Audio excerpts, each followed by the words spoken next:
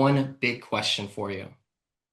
What if your systems are not actually fixing the chaos in your business? What if they're hiding it? A lot of founders are told to solve their growth issues with more tools, more automation, and more moving parts. But if the customer journey is off, all that really happens is that confusion gets automated. And that brings us to exactly what we're covering in today's masterclass. We're going to dive into systems and specifically cover the design of the customer journey.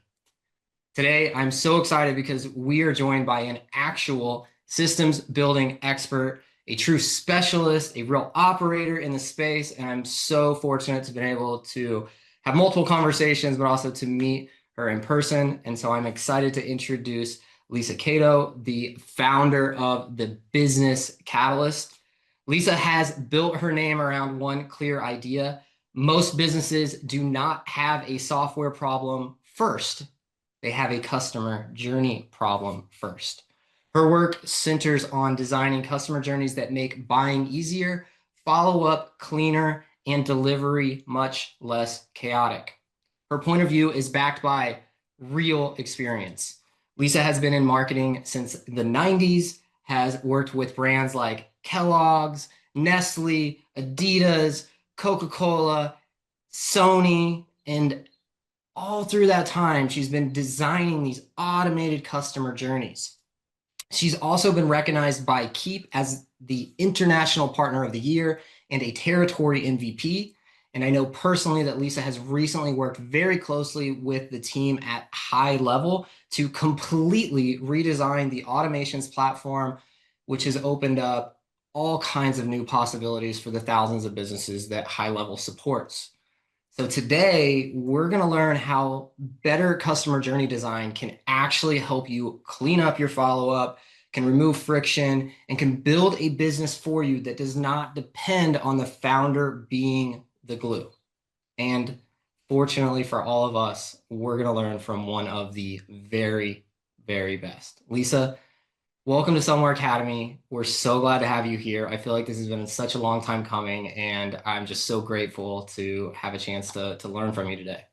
I don't think I've ever had such a fantastic intro. I just hope that I can live up to everyone's expectations. This space, everyone thinks it's a software problem and like, I need to get more software to fix it. But, like all things, especially with AI being so prevalent right now, is like if the systems are wrong and the AI isn't trained properly, you're just amplifying all the bad stuff. You're not able to actually put the good stuff on rails. So that's what a well-designed foundational customer journey is all about. And that's what I want to take you through right now. So I'm going We're to excited. The floor is all yours.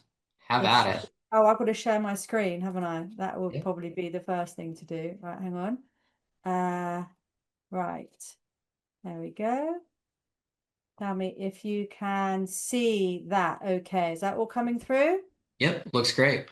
Brilliant. Ideal customer journey. We shortcut that in our business to the ICJ. This, for me, is the foundational piece that I've been working on for the last 15 years. So, a customer journey we break down into three clear phases where we have the prospecting, where we're collecting leads, where we're converting them into clients, and then the fulfillment. And what's interesting is everyone's always thinking, oh, I need more leads, I need more leads. But if downstream you've actually got a delivery problem or a conversion problem, you're just wasting time, money, energy, and resource, shoving people into funnels that are either not converting or you're unable to fulfill against.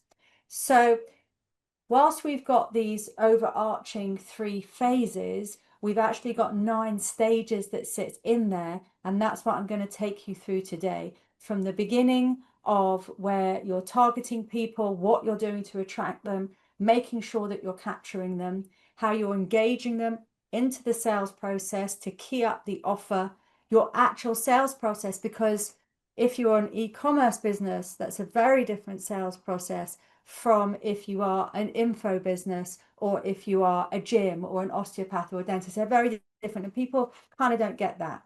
Then there's making sure that you deliver, because that's the time where you get to make people sticky, where you get to get people to be really stay with you for longer, to be able to impress them, increase their customer lifetime value, and then use those wonderful fans to create new opportunities with reviews, testimonials, and case studies. So that's the overarching principle. It works for every business in every sector of every size.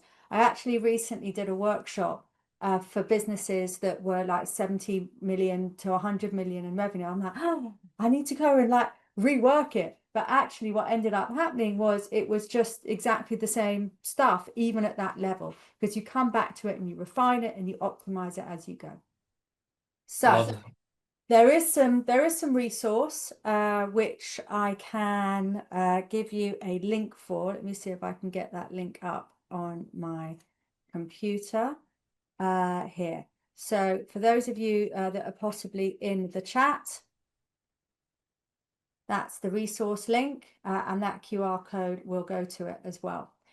Now, what is the resource? The resource is a workbook that you can follow along at your own pace. If you have got a notepad handy, then you'll want to be writing some stuff down. And there's also one of our journey maps.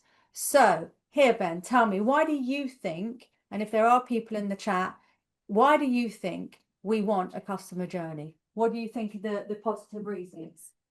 I think you just said it so well. And the fact that you were talking about being able to look upstream and downstream, I don't think most people have that by nature. And so it's hard to kind of piece together how all the different pieces do fit. Like, what is the total system? So that was the first thing that jumped out to me of like, how do you know your components if you haven't mapped it out? Well, that's exactly right. But the end game, I always look to have the end in mind, and it's creating a great experience. So we have three pillars. We have the customer journey, the customer experience, and then we have documentation as our third pillar, because if people don't know how they're meant to go through it, then, you know, if you don't know, they don't know. So by creating a great experience for our contacts, whether they're B2B or B2C, we are going to create increased conversion rates. Have you ever been in a customer journey and just gone, oh my God, this feels like so much hard work, too many clicks, too much friction? So if we have a customer journey, we can create a great experience. We can increase the lifetime value because we can create repeat business from those customers. And if they like, know, and trust us as a result of having a great experience, they'll also refer us on, which ultimately reduces our acquisition costs. So that's just three examples. I'm sure there's lots more, but those are the three examples. Ah, yes, protecting our margin, making sure that when we have a customer journey, we can identify the customers we do want to work with, customers we don't want to work with. If we can automate and do things in our fulfillment that are going to save us time and allow us to have more time and effort to have the human experience with our customers in our customer journey and our sales process. So let's have a look. There's three key elements that before you can even start a customer journey, you need to have locked in. Now, you might have more than one customer journey, because I would do it for different services and products. If I've got a high ticket offer, that's for a different customer than potentially a self-study course. So understanding that you might have more than one, or they might converge and diverge depending on what's going on in your business. But the framework I'm going to show you will actually work. So the very first thing is to make sure that you know who you are in all of this. Now, we talk about niches or niches if you're in America, but the way that I actually break it down is the type of business. Like I kind of alluded to a minute ago about the sales process, it's the same across the business. If you have an info business, it doesn't matter whether that's an info business for mums or it's an info business for business owners, the actual customer journey is going to be very similar. The same if you're an e-commerce business, a coach or consultant, bricks and mortar, which I normally split down into like appointment based, like physiotherapist, chiropractor, dentist, or if you are a gym or a membership-based bricks and mortar business or retail. And then you've got professional services like accountants and lawyers and stuff. So understanding who you are is the very first step. And then you need to understand who they are. It's like, who is this journey for? And I can't imagine, if you're part of this group, that you haven't already either got locked in or done work on your customer avatar. And this is something you come back to, constantly refine as you have more experience in your business and know who you want to work with and who are the easy people. It's very easy, especially if we're in service-based businesses, to want to serve everybody. I can help everybody. But you're not going to get rich selling to poor people. So if people can't afford you, there's going to be a lot of effort on your part. And if people are not engaged in your process or in your product, then that's going to be really hard work for you as well, depending on what kind of business you have. So you've all probably seen some kind of avatar exercise before. There's one in the workbook that was on the QR code, just help you get down some ideas if you do need to narrow it down.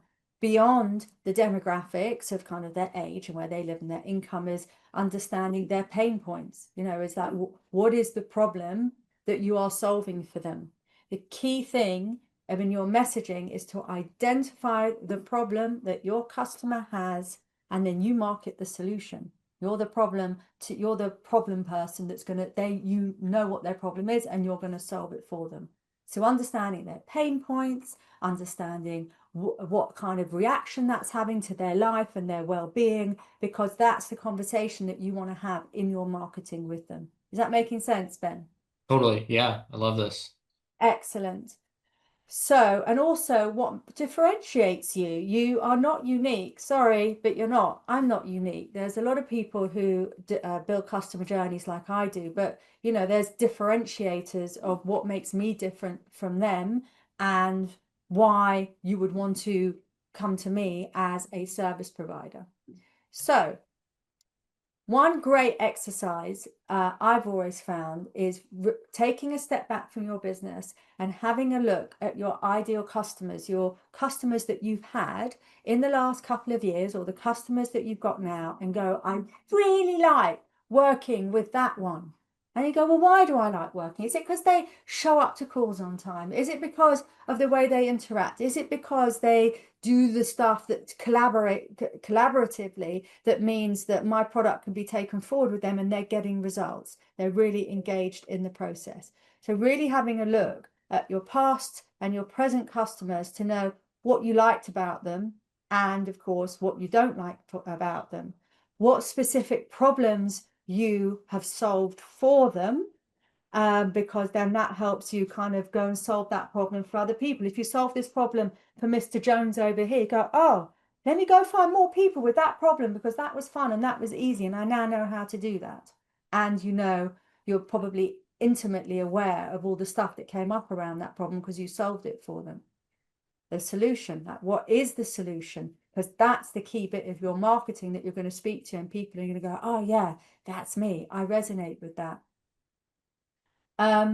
The other two things that we want to consider is, are people solution aware or are they problem aware? Do they even know they have a problem? Did you know that you had a customer journey problem? Some people come to us and they go, oh, it's just such a mess and it's so noisy and nothing, it's all jacked up and friction and people aren't getting the information they want and whatever it might be. So they know that they have a problem and they're looking for someone to solve it for them.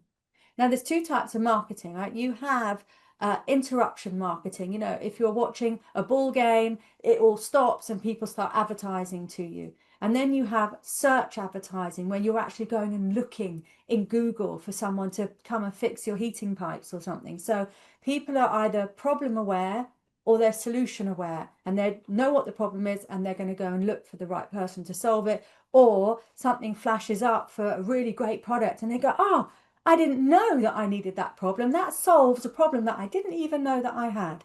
So it's interesting to reflect on whether your customers are problem aware or solution aware. They might be a bit of both, and it's about the ones you want to go after. I actually was on a podcast once and I had a lead come in and he put on his qualification form, You are the solution to the problem I didn't know I had. I thought, you're speaking my language. So it's interesting when you really get your messaging locked in. I have a quick question on this part, if that's okay. Yeah, of course. So everything that the last couple elements that you talked about, who you are, who they are, and then even into this part about about kind of trying to find the ideal customer. Why do you think so many people skip this?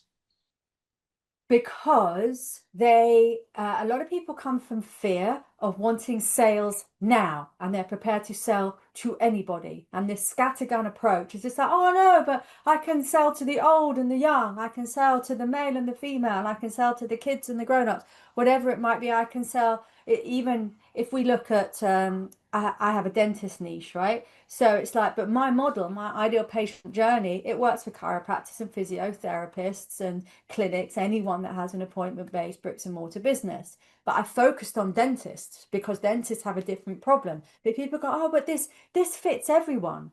And before you know it, it's like it's spread too thin. And generally, I find that people are selling out of fear because they think they're going to get more customers by casting the net wide. Whereas in fact, if you narrow it down and you really speak to have the conversation with the person that is your ideal customer, you will get more of those people and they'll be more engaged and it'll be easier for That makes everyone. sense. It's kind of the one marshmallow thinking from the Stanford experiment. Are you familiar with that? I think I have heard it. Remind me of the Stanford experience Yeah, it's again. just they brought in children and they would tell them very clearly if you they give them one marshmallow and say you can either eat this marshmallow right now and you're done, or if you wait 10 minutes, Yeah. you can have two marshmallows. And so they saw that as one of the largest predictors of success later in life. And Yes. that's such a crazy thing. And here's the funny part about it, not that it really ties into what we're talking, but we always think of ourselves as these super intelligent beings. They've also taught cuttlefish to do the exact same thing, right? So it's just interesting to me. When you said that, I agree completely. I tell people all the time, you're going to need a sale next month as bad as you need one today, but you might actually get it then if you do things right, right? You can't rush that to really get people to stick around. So I love what Yeah. you're talking about. Thank you for clearing that up. I will shut up Yeah. and let you continue. No, I don't want you to shut up. I want to have a conversation. I'm just talking into an empty screen. I love the conversation. So now we know who we are and we know who they are. It's like, well, where are we going to find them? So I love this movie. So the thing is when we know who our customers are and what their problems are and what their pain points are, they're generally all hanging out together somewhere. They're congregating together. These are the turtles from the Eastern Australian current in Nemo. Of course they are. So this is understanding where you're going to find them. So there was a guy, unfortunately, he's dead now, called Chet Holmes, and he wrote a book called The Ultimate Sales Machine. And he has an exercise called the Dream 100. So a great exercise to do is just go and get a Google sheet or an Excel sheet and put on the tabs each of the channels like you got on here, whether it's websites, keywords, forums, Facebook, podcasts, YouTube channels, blogs, whatever it might be. And then go and research the ones that your customers, your ideal client is following. And then you can start to go and get in on that. It's like they're already hanging out somewhere. Go and find out where they're already hanging out and which Instagrams they're following and all the rest of it, whatever's relevant to you. It might be that if you're serving children or mothers, that you're going to go and find all the local music groups and kindergarten activities that the parents are going to and put a poster on the wall or a QR code on the wall. So it's like, where are they hanging out? Where can you get in front of them? Where can you engage with them? So the Dream 100 is a great exercise, which is, oh, look, there's the quote, a process for finding and infiltrating the online congregations of a specific target market. There we are. And The Ultimate Sales Machine is a fantastic book as well Yeah. that everyone should read. I remember Russell Brunson talking about that and saying that when people pay him $100,000 to come in for a day, he sits down and goes through the Dream 100 with them from Chet Holmes. Yes, I think I have seen there is a YouTube video of him talking about that. Right. Yeah. So before we go into the actual design of the customer journey, here are the essentials: who you are, who they are, and where they are. And then there's what are you saying, which is your messaging, which you can't do until you know who you are and they are and where they are. What are they seeing? So if somebody Googles you today, what are they going to find? What's your visibility? And what value you're offering.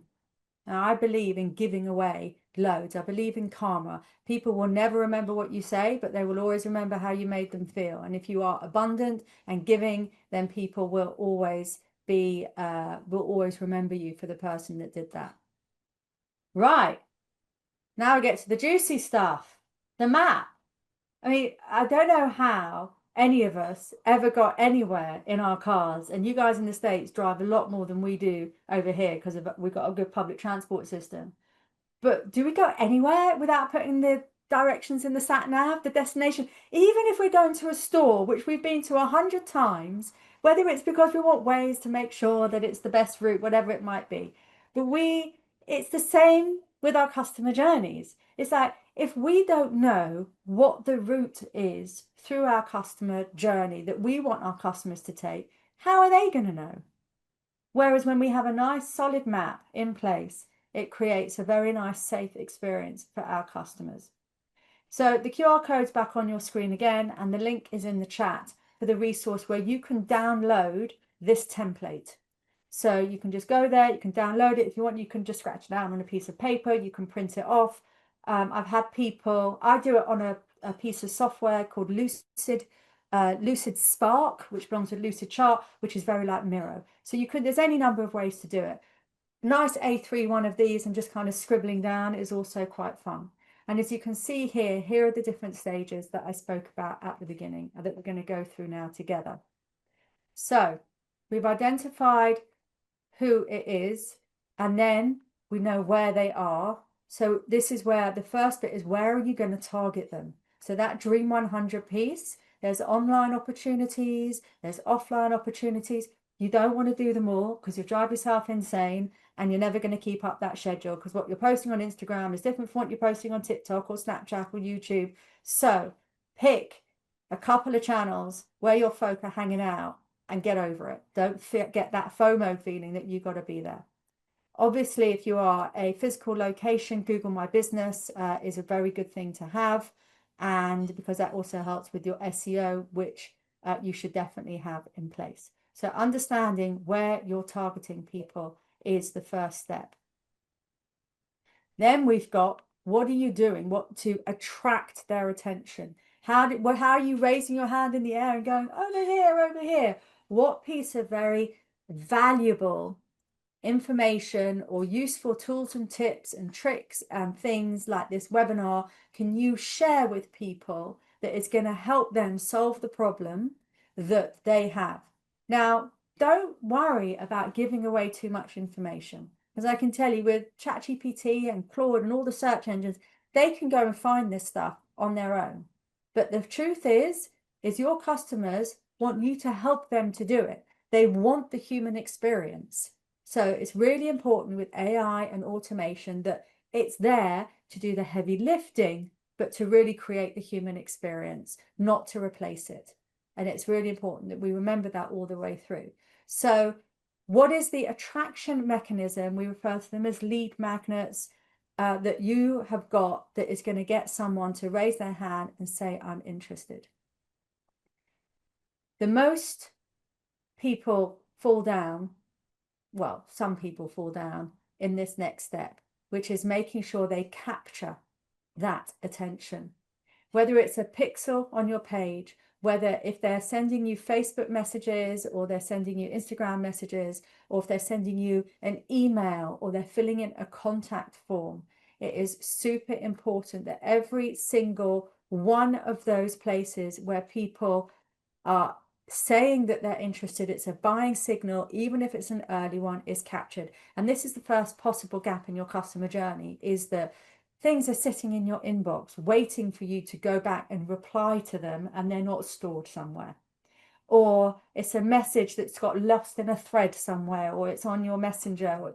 It's really important that you find a way to capture every single opportunity, because you can't put them on the journey if they've got lost in the ether somewhere. So whether they've opted in, whether they've emailed you, there are ways, and we'll come on to that a little bit later, as to how you can capture everybody's interest from every direction. Once you've captured their invitation, we want to let them know that we've got them. Now, they're not necessarily ready to buy at this point.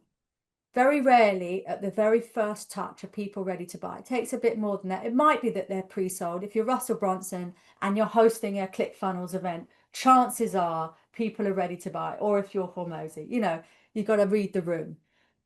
Often people will opt in to something that's valuable, but if you then don't follow up with them, then you're not giving them the second chance. You're not leading them to the next thing for them to do. It's like, here's your ebook, thanks so much. If you have a follow-up sequence, whatever channel is appropriate for that, it might be that you have it on Instagram messages, it might be that you have it on email. And it's always important to capture people's email addresses, even if you're doing a comment, you know, like comment below to get the lead magnet, which you can do on Instagram and Facebook. But you always want to get people's email addresses, because in a heartbeat, you can lose access to that account or that channel, and all of that hard work you've done is lost.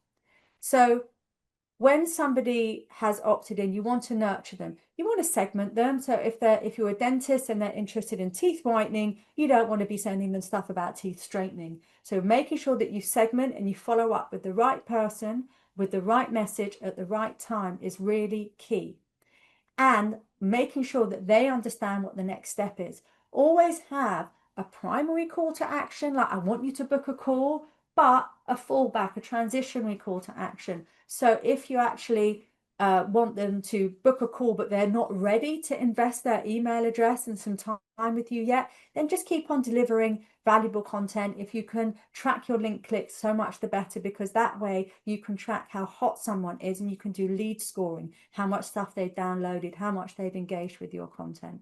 So this is often where people fall down. They just deliver their piece of value and then they forget about them, and they just wait for somebody to come to them. And we all know that the attention span, which I think is down to about 3 minutes these days, is so they're on to somebody else, the latest thing that they're scrolling on their Instagram feed, or the latest YouTube video they've seen. You could even send them back a video, depending on what ticket, how many leads you get in, and how what the ticket price is for your offer, is that you can send them a personal video, send them a little voice note. How can you personalize it? And in this world of AI, all the ways that you can find to create a personal experience are going to set you apart from the rest. I have a quick question on So, that, if that's okay. yeah, of course. So I love the primary and transitionary CTAs. That's something that we teach here. Big fan of Story Brand and everything Donald Miller's done. That's where I came up with it. Not sure you probably had it already, but that's where I learned it. But you kind of framed that a little differently. And so I just want some clarification. I think the typical person that reads any Donald Miller stuff, what they're going to do is they're going to set their primary up to be, let's just say it's an appointment model, like you were saying. They're going to set their primary up to be the book a call. And then the secondary is going to be set up usually for that lead magnet. But if I heard you right, which I love your idea, I hope I heard it right. You're really more so saying that the primary should almost be the lead magnet, and then have a non-gated transitionary or secondary CTA. Is that right? I think, yeah, I mean, it depends on what works for your audience, and you've got to test that. If somebody's come in on a lead magnet, the thank you page for downloading it should be your calendar. But if somebody doesn't then go to your calendar, but you've got their information, you want to continue delivering them value. I work to a principle of only 20% of your outbound communication should be sales communication. The rest of it should just be inundating someone with value. So whether that's come and look at this YouTube video, or I know that you like teeth whitening, so here's a video that might be interesting, or a new thing that you might like, with like literally no attachment to the outcome, just delivering value so that somebody gets hooked on your content. somebody, you know, whether it's a playlist of stuff. So if they're not ready to book a call yet, just keep delivering value, value, value. And then 20% of that should be, oh, do you want to hop on a call and discuss it? Really gentle approach, because people don't like to be sold to.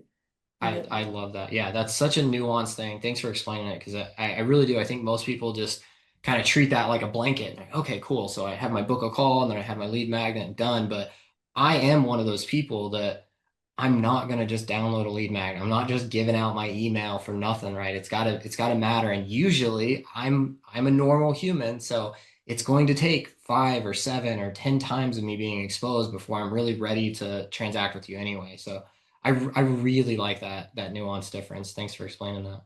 One of the other things is I subscribe to stuff. I mean, I've got Donald Miller and Ryan Dyes coming into my inbox virtually daily. I never read the emails, but I haven't actually unsubscribed from them.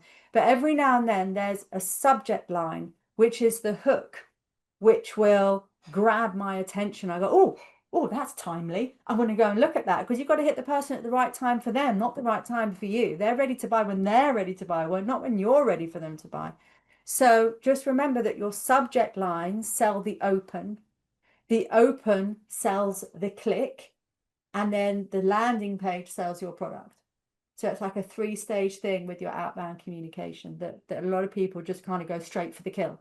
And it's like, no, slow down there, slow your roll. Oops. So, oops, I got a bit of a fright. I forgot this page was coming up. So, in your workbooks, which is on the link, you can download the workbook.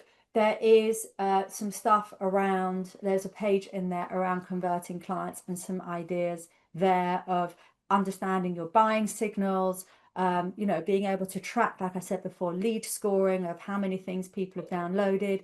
Are people coming to your website? Are they opening and clicking on your emails? Because with that, if you have a good system in place underpinning your customer journey, you can go, oh, well, I'm going to, every time they click on a link, I'm going to give them 5 points. Every time they download a lead magnet, I'm going to give them 15 points.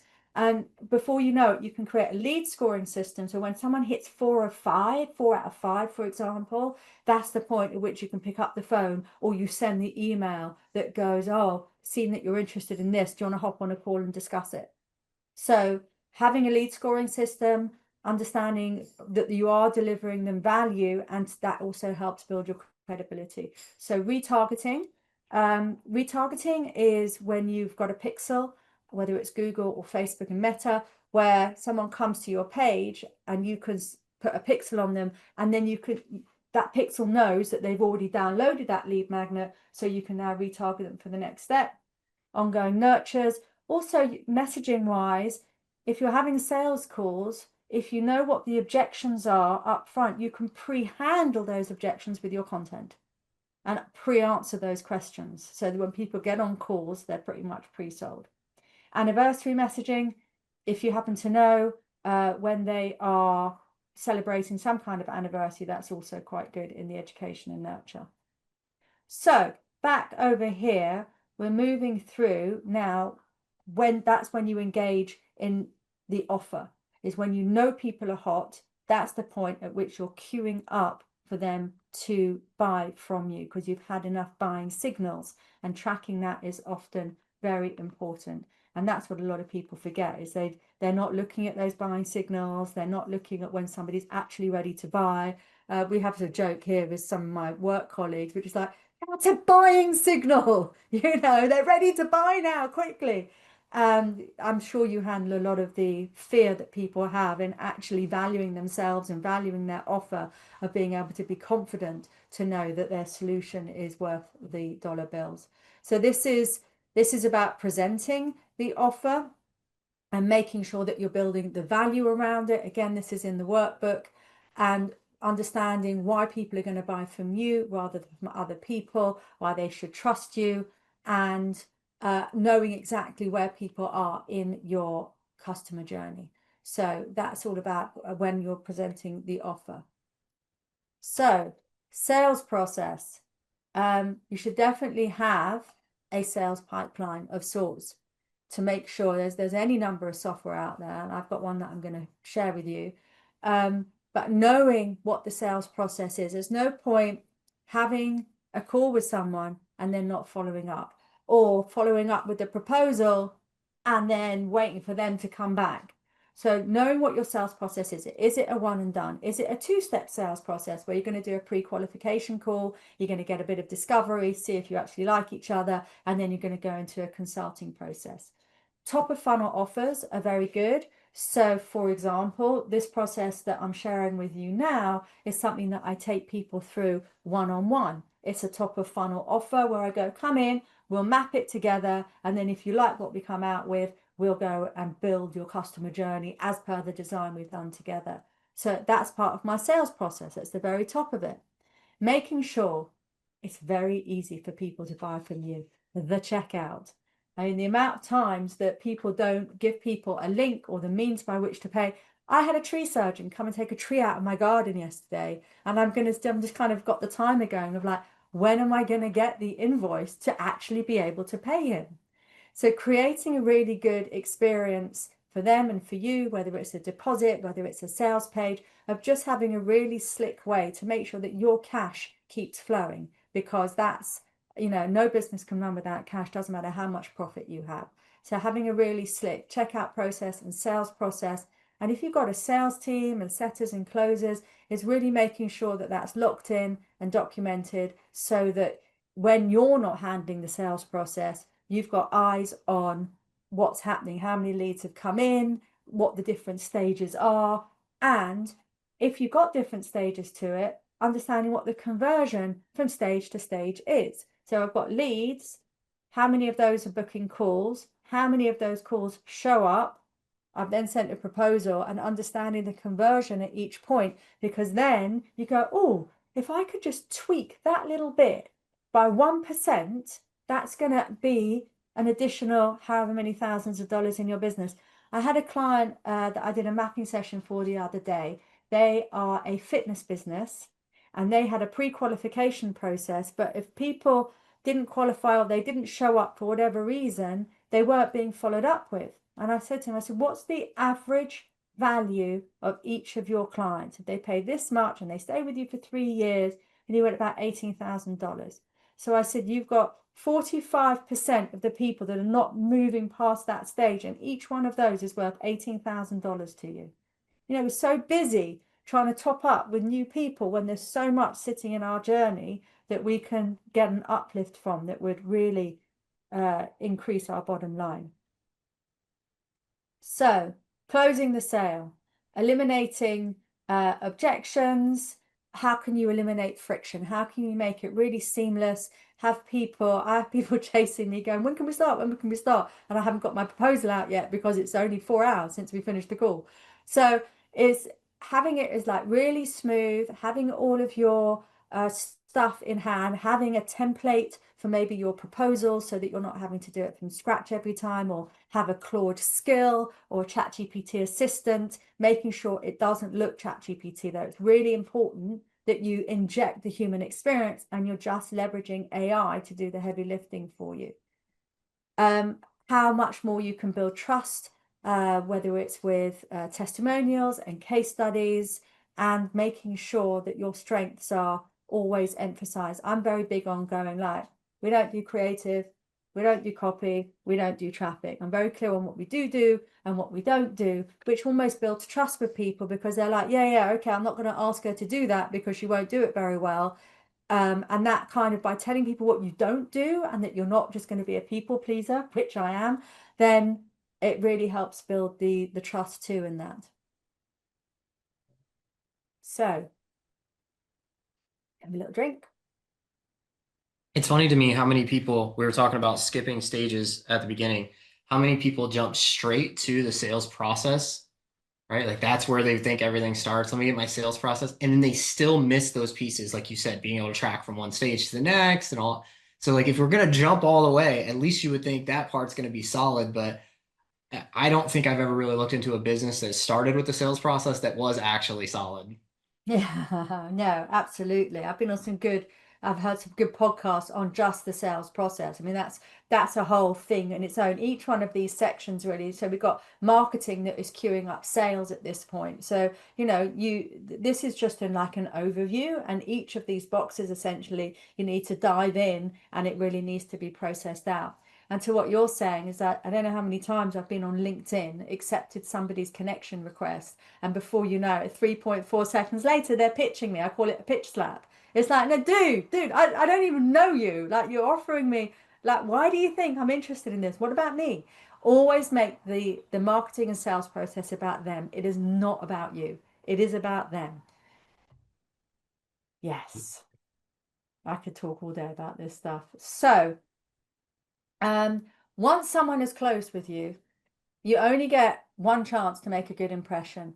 The onboarding of a new customer is absolutely key to them staying with you and being sticky longer. In this world, disposable world that we live in, people are always looking at price sensitive, you know, and it's like I've got people that stay with me. It's like, even though we're more expensive, they stay with me because the service is better. They know that we're going to be reliable. They know that we're going to solve the problems. So having the onboarding process and them really feeling held, if they've just exchanged dollars for your service, like they deserve an absolute white glove concierge onboarding. So however much you can smooth out the friction there, see what other opportunities there are for how you can add value now that you've closed them, it will definitely stand you in good stead downstream. So welcome and onboarding info, letting them know what's going to happen next, making sure your back office procedures are all set up and smooth so that people really feel like, oh my God, this is the best money that I've ever spent. That's the reaction you want to be getting from these guys. It might be, depending on what kind of business you have, you can support that with additional information. We have a client hub that we add them to that guides them through how to work with us, how to open support tickets, how to submit work requests. There might be courses if you're in SaaS or SWAS to let them know, you know, what happens next or what they should be doing next to get themselves set up for success. So there's lots of different ways that you can find to create a great delivery experience, not just for them, but for you and your team as well, to make sure that everybody else is not running around like a headless chicken to make sure that you know, all of those little jobs are done, getting invoices out or things set up. So the delivery and fulfillment is super important as well, and that's another place. So we've got several gaps in the customer journey where people can fall through, and you're not going to be able to fix all of these at once, and I'll come on to that in a minute. Once people have closed, we're then looking at how we can get them to stay longer and spend more money with us. If we look at someone like McDonald's, they don't make the money on the burger. They make it on the fries and the drink. And it's the same with your business. And it doesn't necessarily mean that you're being a little bit hard, that it's going, no, I want more money. It's like you're offering more value. And if there is a discount or there is a here I would put kind of renewals in there. If you have a program that is a 9-month program, you know, at month 7 you want to start the renewals process. And a lot of people forget this. They're doing it very last minute, and it's like, well, if you renew now you can have 10% off perhaps, or have a voucher. But people don't really look very hard at the reactivation and the renewals process. What can you do that would make people feel even better about you so that they're willing to stay longer and spend more money with you? Does that make sense? Yeah, absolutely. I actually, this is something that I'd love to have your opinion on. And I don't want to derail anybody who's like, yeah, this is good. I've got my pieces in place, but this is kind of a bigger thought overall. One of the biggest issues that I've seen throughout my career with people trying to, particularly on the marketing side, advertise, get leads, do that sort of thing so that they have enough leads to sell. Um, it just doesn't work out. The dollars and cents don't work out. The guru said it did. The content creator said it did. Just kick on Facebook ads and it doesn't work. And one of the kind of core principles I've always looked at is this difference between an acquisition product and a profit product. And I think that's kind of what you're talking about here, but I just want to make sure that I'm on the same page with you.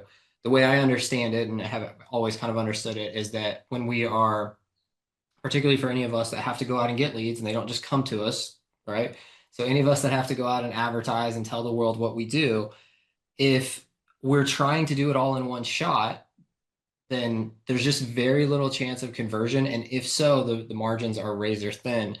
And the example I always give is I came from the car world, so I always look at examples like Toyota and Lexus. Toyota doesn't have huge profit margins, but they bring in people hand over fist. Lexus, on the other hand, doesn't have to do much advertising. The Toyota customers tend to grow up into Lexus customers for them, and they make a much higher profit margin on that. I worked in the Ford world. Ford and Lincoln are the exact same thing. Most people buy Fords, they're not buying Lincolns. It's a very small subset, but the profit margin on those Lincolns is insane compared to what the Ford margins were. So, am I thinking in the way that you're explaining this between kind of a, for lack of a better term, acquisition product, profit product? So, if you have a product that's a lower barrier to entry, they're not having to invest as much time or money in acquiring it, and that for you is like what's the word I'm looking for here? Like an ethical bribe. It's like 99 bucks, but actually, or buy a book and just pay postage. So it's actually costing you the book, but it's acquiring you that client and helping you on the process. Yes, if you can make that self-liquidating, if you can get that to pay for itself, so for every $5 that you're spending on Facebook on acquiring the person, you're getting $5 back at minimum, if not a couple of bucks more, then that's so much the better. That's why I've got my top of funnel offer, is because it's like, I don't want to invest in me the 60 to 90 minutes to take someone through this for them to go, oh, no, thanks. So I charge for it. And then I go, what, but I'm going to reduce the delivery for you because you've already invested up front. So having a top of funnels offer is good. But having an acquisition offer, having a low barrier to entry where someone's just investing a few dollars, but it might be costing you more, if your targeting's right and your messaging's right and your conversion's right, so that those people are going to convert downstream, then yay. But you want to test that first, and you are going to have to, as you know, invest up front to actually find the sweet spot for that. It's very rarely a one and done. If it is a one and done, tell me what you did. Right, exactly. We're all looking for those.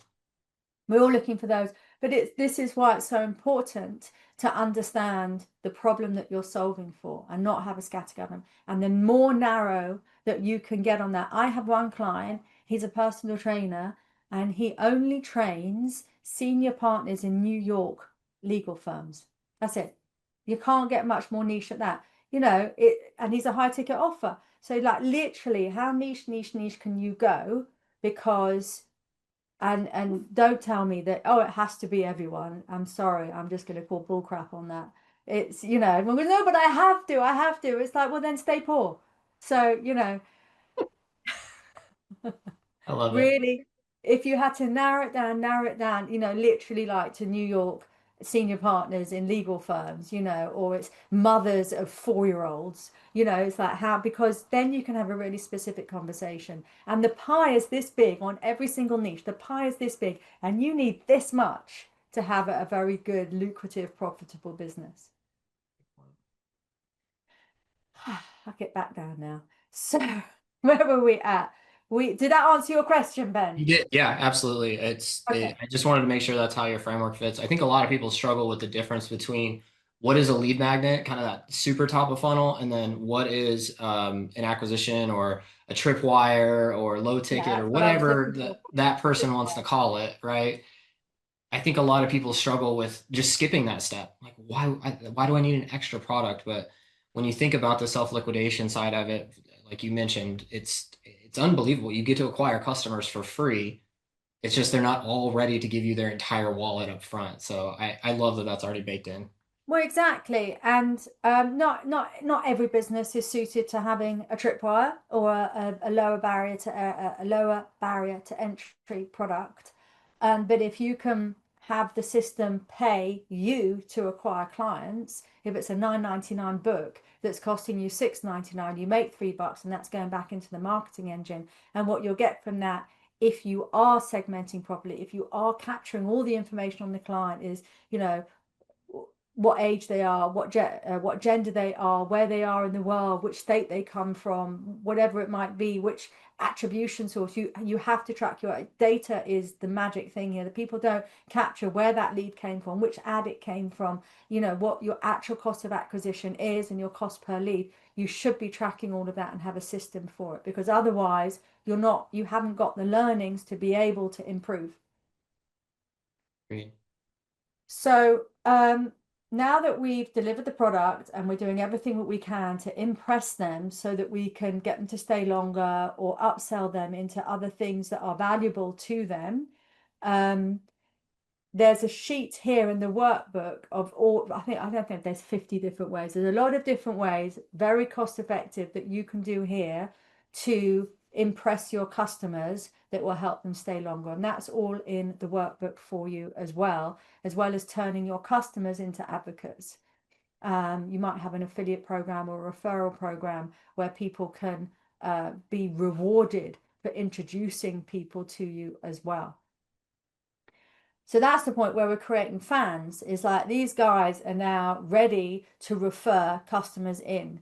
And the interesting thing is that I find about referrals, I'll come on to in a minute. So surveying your clients, getting feedback loops, NPS scoring, yeah, having all these things so that you know how well you're doing and you can take the learnings forward. And I always invite my clients to tell me the good with the bad, because if they're not telling me the bad stuff, I'm not learning and improving. And that's super, super important. Review requests, whatever your review platform is, whether it's Google, whether it's Facebook, whether it's Trustpilot, whatever it might be, asking them for a testimonial, doing your case study. So when you onboard people, you might want to consider if there are some benchmarks you can take. So if you were a gym owner or a fit pro, you'd be taking their goals and their weight and their strength markers so that after their 12-week program, they can see how far they've come. Consistently demonstrating value to your clients will help them stay longer, because they're going to forget. Everyone's got very short memories of like where they came in. I can't even remember what I had for breakfast yesterday. So by continually telling them how far you've come together as a team, as a strategic partnership, as a collaboration, of saying to them, oh, this is how far we've come this week. We do Friday updates for all of our clients so that they can consistently see that they are getting progress and value from us. So making sure, even though they don't respond and they probably don't look at them, we're going to carry on doing it anyway, because it's that thing of like not unsubscribing. Assessments, feedback loops, periodic reviews, all of these things, and case studies and befores and afters, because you can use those in your marketing to help you top up the funnel. The most valuable thing you can get from one of your existing customers is a referral. It's the cheapest form of marketing. It doesn't cost you anything. And when somebody comes in as a warm referral, they have a much higher chance of closing easily because they've come as a warm recommendation. So the advanced referral strategy that I learned from a fantastic guy called Chad Kirby many, many, many years ago, to make sure that I get as many referrals as possible, is simply to ask for them. And this is what we're not doing. We're not asking people, we're not going, who do you know who has this problem, because we know the problem, that is looking for this solution, because that's what we offer, that is like you. So simply asking for referrals. And if you want to reward people because you've got a referral or affiliate program, you can do that too. You can give them $50. You can give them 10% of recurring revenue, whatever it might be, or nothing at all. So the plays in the playbook. Right, where's the ROI? Now that you've got your beautiful map laid out, what you want, you're not going to be able to build it by next Friday. I'm sorry, it's the truth. It's not going to happen. You want to take a step back and you want to look at your customer journey and you want to go, where's my ROI? What's the one thing I can do first that's either going to win me back time or increase my revenue or improve my customer experience? So you've got to look at it and you've just got to pick one thing and you've got to double down and focus on that. You are not going to be able to build your whole customer journey in one go, you will trip over yourself and you'll hurt yourself and you'll probably piss off some customers in the process. So just choose one thing that, and it's unlikely to be new leads. It's unlikely to be your marketing. It's more likely to be something like your conversion process in your sales. It's more likely to be having a reactivation for the people that have left your program or been a customer before, or a re-engagement of the people that have already come so far but never actually closed. So I'd always start with downstream, and there's no point shoving people, new people in the top until the conversion and the delivery and everything is kind of handled, because you're basically pushing them into a broken process. So looking at that is absolutely key. And that is a well-designed customer journey map.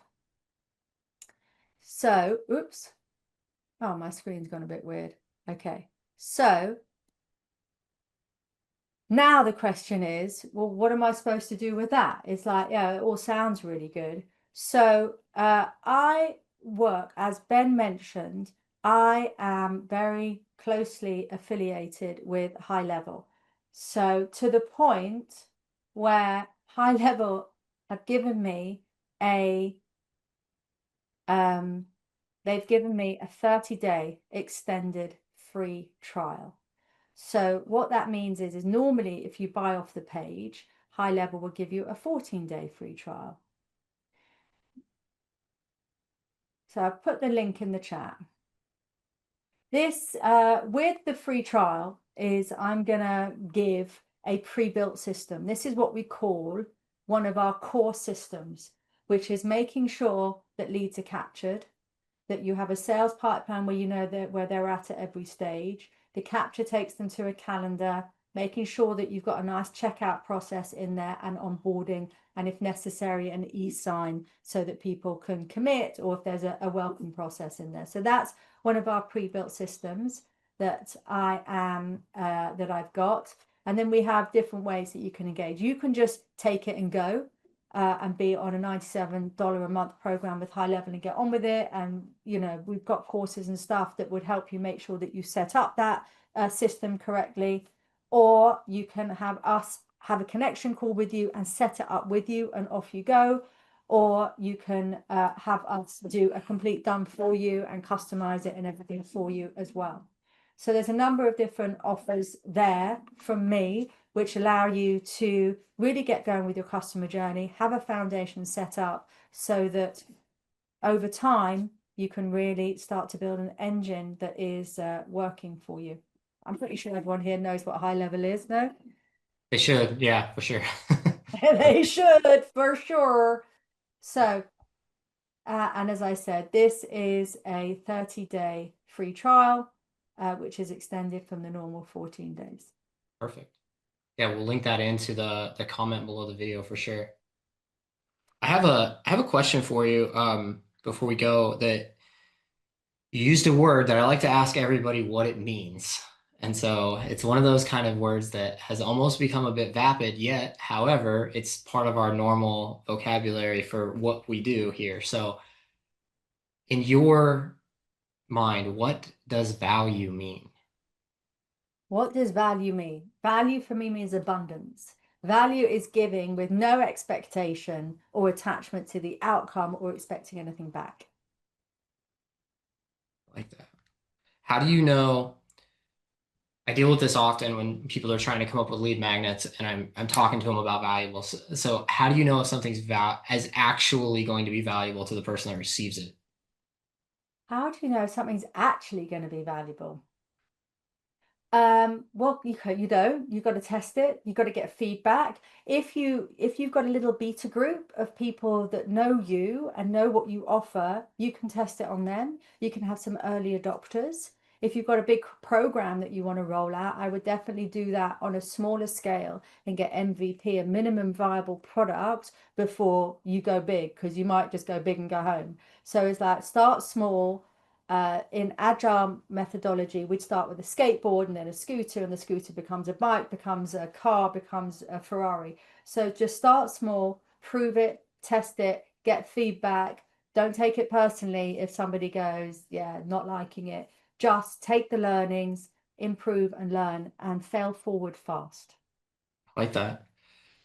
This has been incredible. Like I expected. I feel like it far exceeded the expectation, however, of what I thought we would go over, have time to go over. So thank you so much for being so thorough.